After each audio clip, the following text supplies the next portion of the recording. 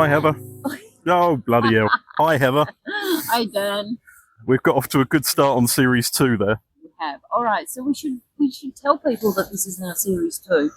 This is now Series 2. The reason it's Series 2 is because we are exploring the areas of Helsinki, and we are on Episode 1 in Area 19, which is Mustikkamaa.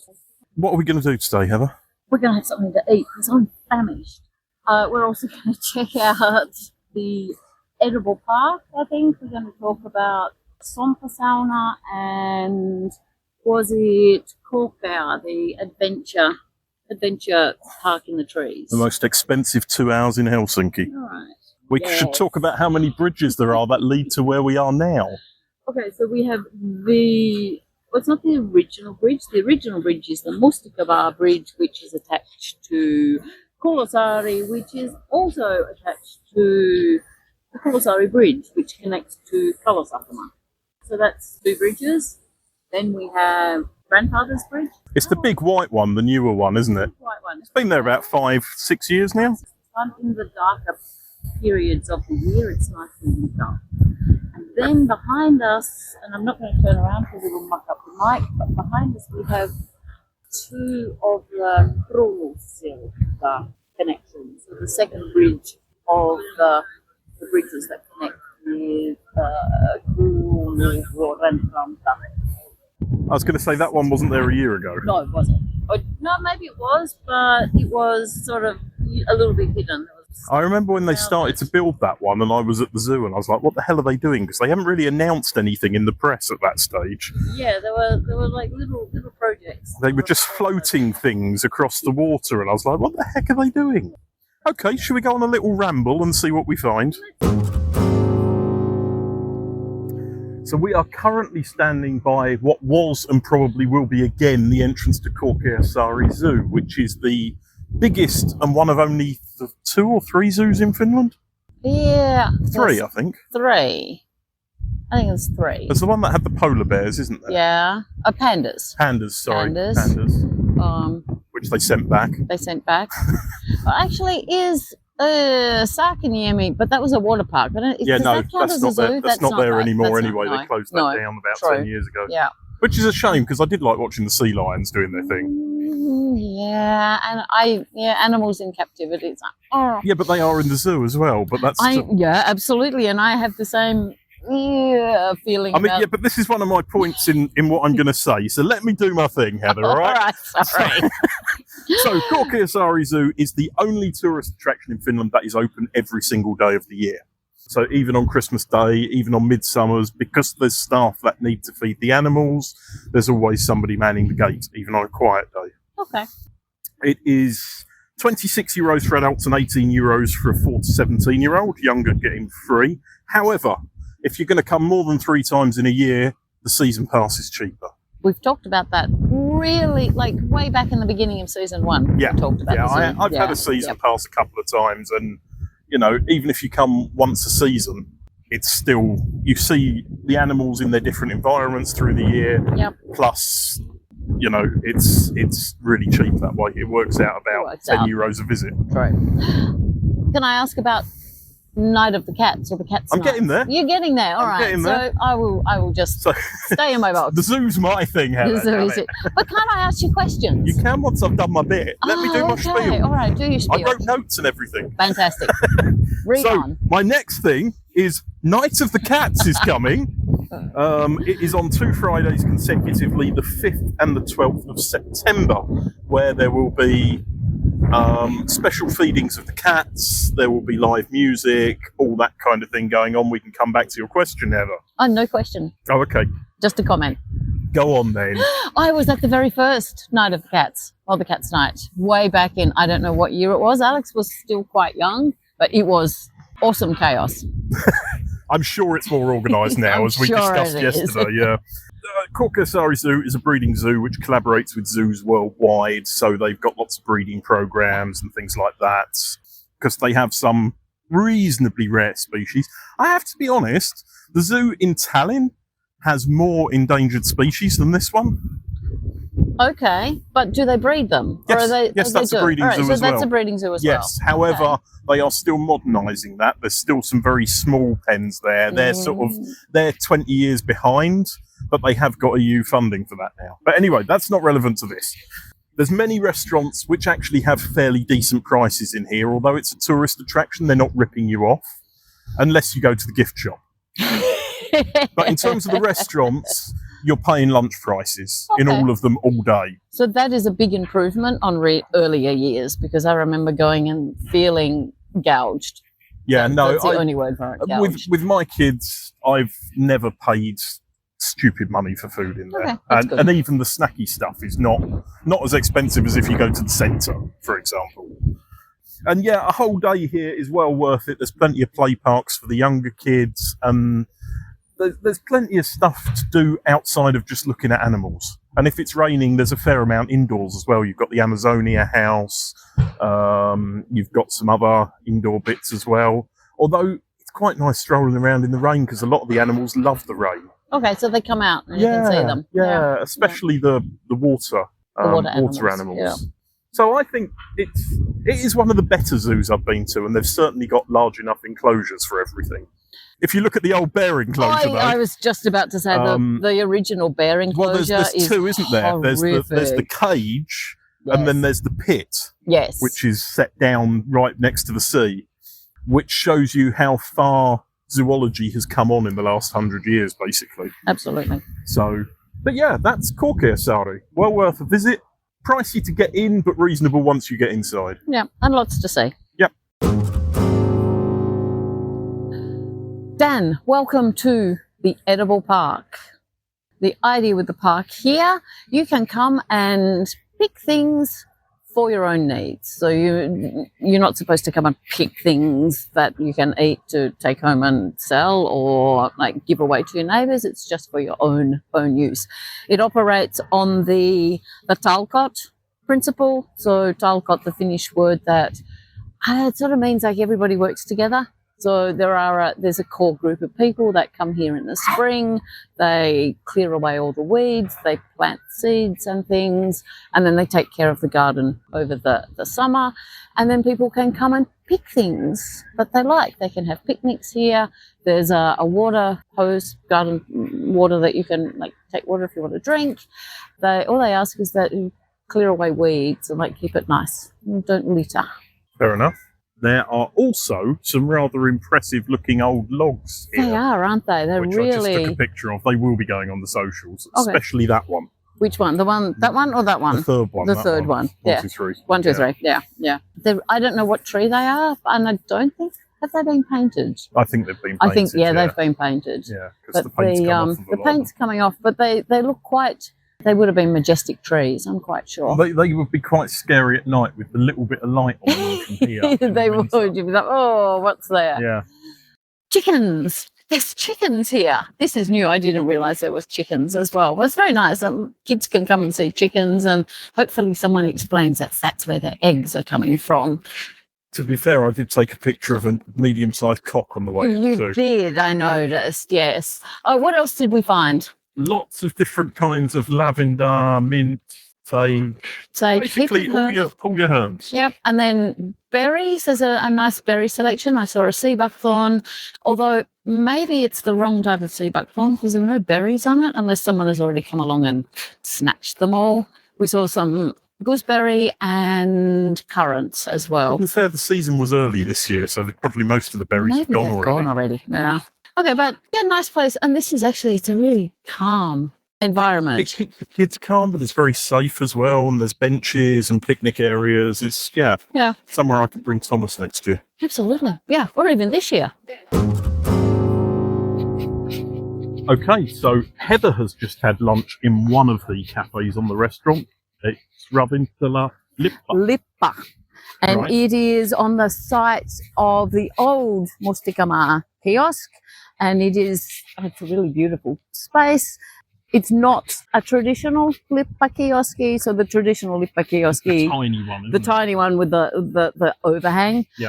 So they opened May Day this year, and they will be open until about October, as long as the weather is good. This is the one that's owned by the musician. Yes, Olavi. Uusivirta. That's Well the done, one. you Yes, I remembered this remembered. So I have to say, the bathrooms smell really good. Like normally this type of bathroom in a container doesn't have a very pleasant aroma, but these smell really good. I was happy to go in. The menu's snackish. They had kimchi. I went for BLT because that is my go-to when I can't decide what I want. I'll just go BLT because it's nice and easy. Yep. And I had some very nice spicy pickled cucumbers on the side. You had an iced tea. How was your iced tea? Not very tea-like, but it was okay. I mean, it was drinkable. It did attract the wasps. Yeah, But I noticed that's that. not the fault of the restaurant, obviously. So marks out, because I think we're going to try and eat in every district we visit. So Yes. let's have a marks out of 10 for the food. Oh, okay. So for interesting menu, I'm going to say an 8 or a 9. For the food itself, no, a solid 8. I don't feel like I need to eat anything else. The coffee was really good. Free And water. toilet smell gets a 10. And the toilet smell gets a 10, absolutely. It was not what I was expecting you to say when you came out of the toilet. Was, wow, that toilet smells amazing. Let's keep walking. Oh, and they've got a very big, nice terrace. They have a fantastic terrace. So Okay, so the chairs, we sat in the... we sat in the shade. It was the only bit of shade because the sun was out when we arrived. True, but the chairs we sat in were these sort of low chairs that are maybe not the most comfortable. And not the easiest to get out of Not either. the easiest to get in or out of. Okay, so tell me about this sauna area. Okay, so this is Sompa sauna, and this is maybe their 3rd or 4th location. Definitely their 3rd that I know of, maybe their 4th. So the idea is it's a collective. It's free. The fee to partake in the sauna is you chop your wood, you light the fire, you do everything like to get it up and running. Is this something people have to book in advance? No, because it's free, you just rock up. And if it's, I mean, some days you might be the only one here. Some days there might be a really big crowd.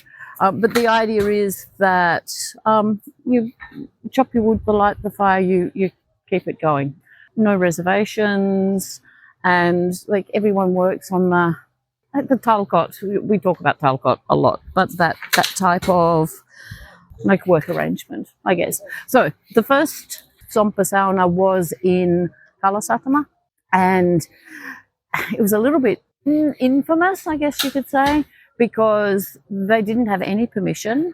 They just built the sauna on the edge of the water after the harbour people moved out. So it was a freight harbour for a really long period of time before Kalasatama and Sompasari started being built up. And so these guys thought, okay, we've got the sea, let's put a sauna here. So there was a sauna. The city knocked it down a couple of times, and these guys were just, no, we're just going to keep building it back.